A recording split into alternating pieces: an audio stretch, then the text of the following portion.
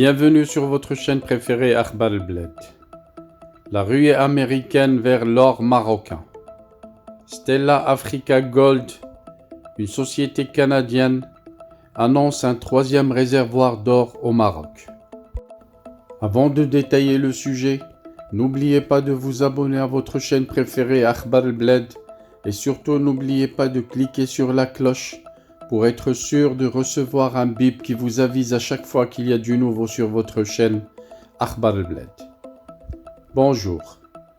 La société canadienne d'exploration de métaux précieux Stella Africa Gold a annoncé la découverte d'une troisième structure aurifère lors de son opération d'exploration dans la région de Tishka Est au Maroc.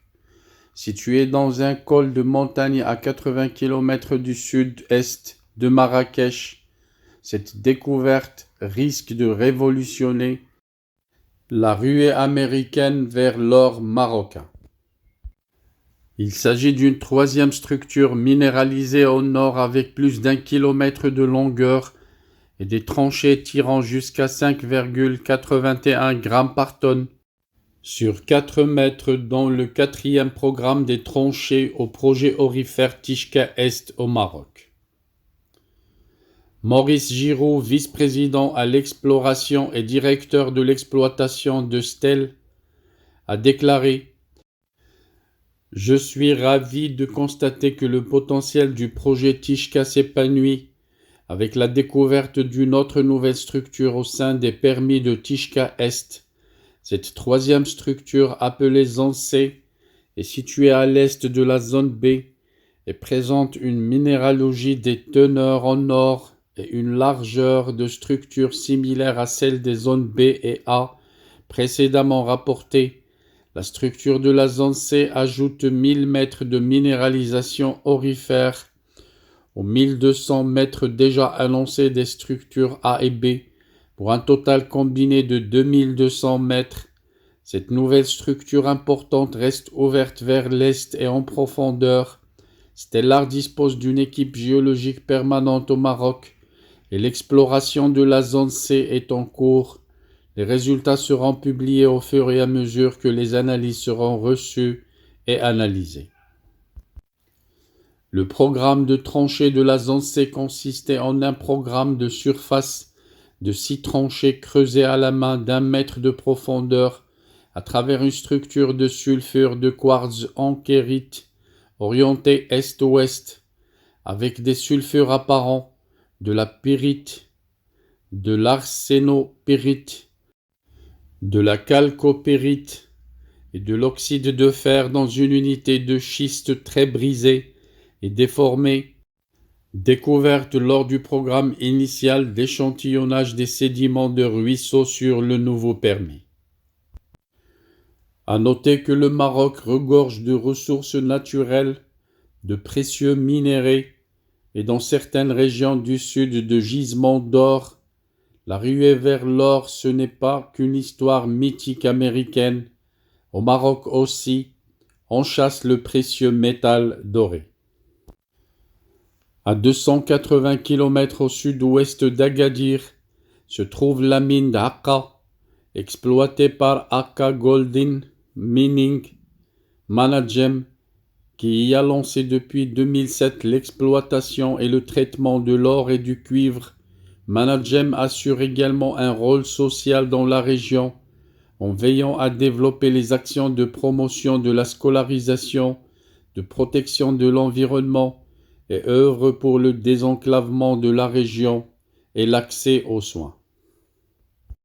Plus loin, la mine de Tiwit, cette mine d'or fermée depuis 1964, a été réactivée suite au déversement de résidus miniers dans la nappe phréatique dans la région de Tiwit en 2015. Située à quelques 45 km de la ville de Ouarzazate, près de Tinrir, cette mine a été exploitée de 1932 à 1961 par l'ONA, alors dirigée par Jean Épinat. De 1961 à 1962, le relais de la gestion du site va passer à la compagnie minière d'Agadir, qui en assurait la gestion, avant que celle-ci ne soit tout bonnement oublié pendant 48 ans.